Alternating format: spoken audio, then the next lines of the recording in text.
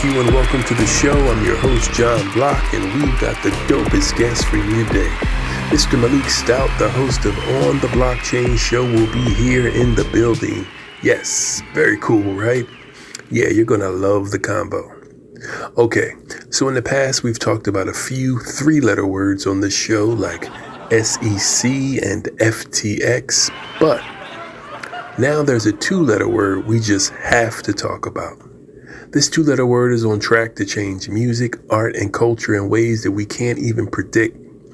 Okay, so the two letters are AI, and this new artificial intelligence is producing an OMG response and transforming critics into customers.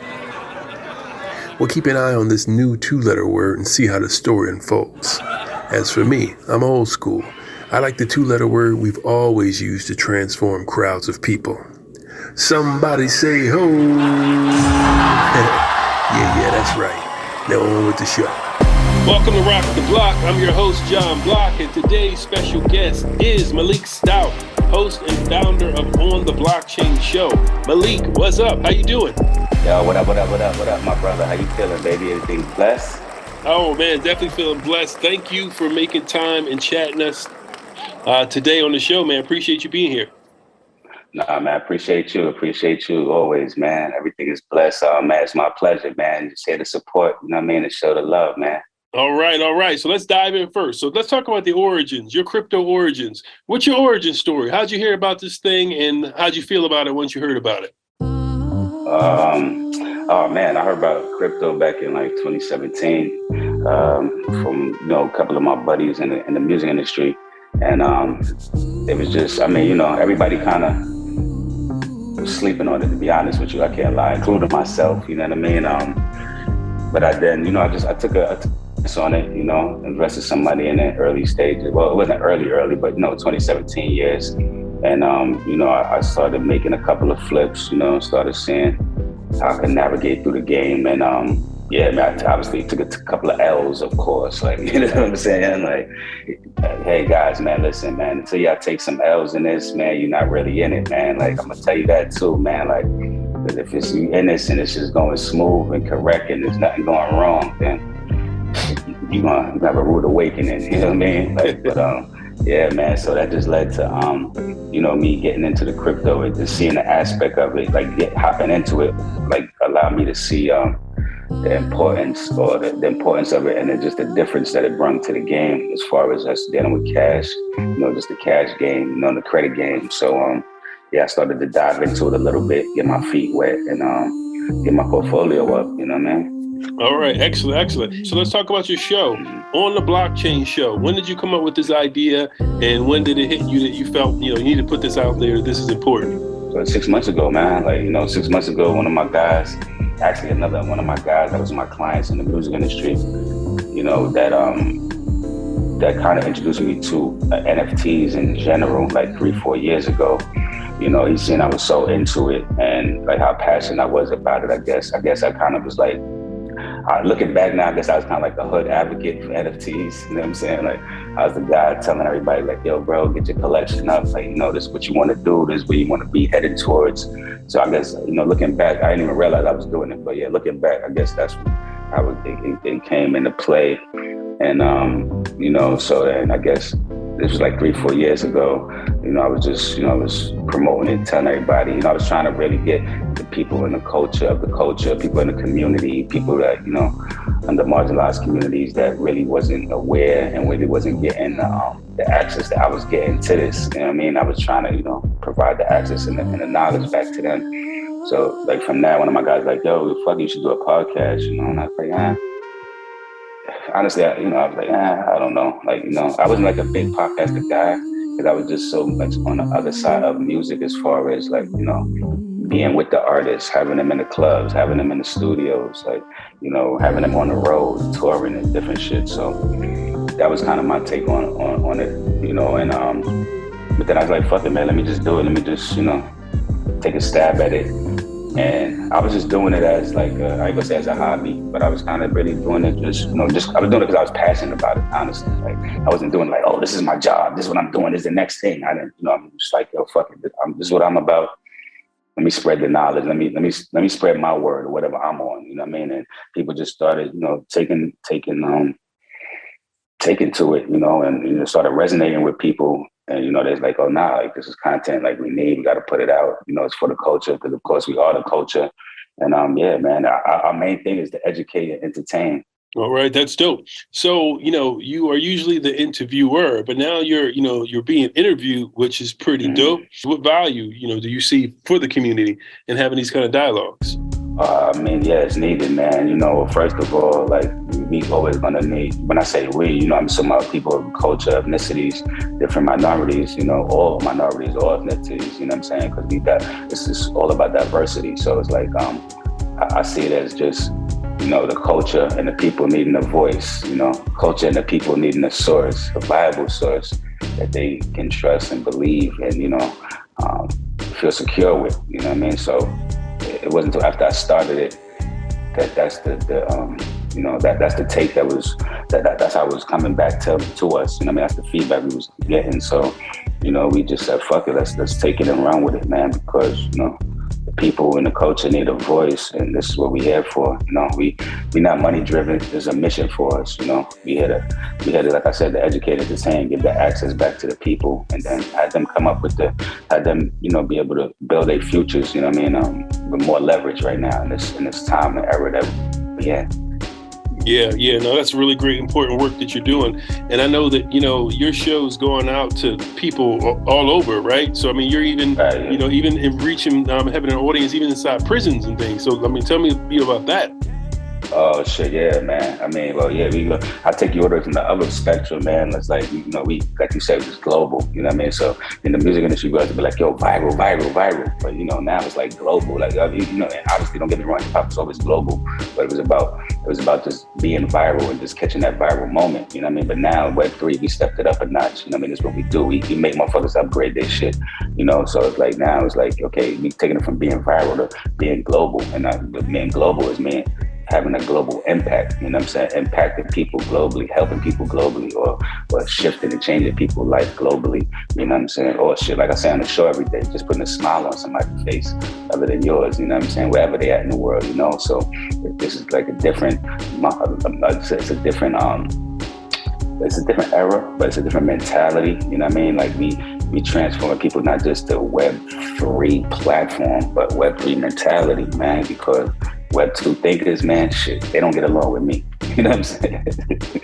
They don't get along with me, man. But, but we talking to everybody and we onboarding them, you know what I mean? And yeah, I'm gonna take it back to what you said. Is like, yeah, like I got, even my young brothers that's in the prison systems right now, literally right now. You know what I mean? That reach out to me, man. It's like they telling me, listen, they want to change their life. They willing to, they not willing, they're obviously willing, but they ready for a change. They ready for something different, rather than the old traditional ways, old traditional systems, and old traditional options. You know what I'm saying? Because all those three, it's nothing good coming from none of that. You know what I mean? So yeah, I got my brothers in prison, man. Like, and they looking to come out and make a new way for themselves, and come out and get some financial literacy, get some knowledge on this crypto currency, and then what it's going to take to lead them to build a generational wealth, you know what I mean, to residual income, you know what I mean, legally, you know what I'm saying? Shit that ain't going to send them to prison, you dig? So this is big, man. Like we it's just a tip, but yeah, man, on the Blockchain podcast, we don't just call ourselves a podcast because well, it is a show. The podcast is just one aspect of the show. You know what I mean? But like we a catalyst for the people, you know what I mean? Essentially, man. So, it's about bringing our people, you know what I mean, to the promised land, man. You know what I mean? And when I say our people, I mean everybody, like all Web3 is. It don't matter your color, your race, your preference, religion, creed. We don't care. It's about like-minded individuals and creatives just coming together from any walk of life without being judged. It's like we all them traditional boundaries, like we cut, it's all done. Like, we hate the middleman over here. You know what I mean? We don't like him. Like we stuck him over there somewhere, and we don't even hear him. We don't see him. Like, it's direct access, direct. Like and this is the beauty Because now that the middleman and the guy and all that red tape, like they over there somewhere under the rug, we all just building now. Now creators is rubbing shoulders and elbows, and we all just, and it's just like, it's not causing no friction. It's just iron sharpening iron. So it's like we be sharpening our steel over here for real.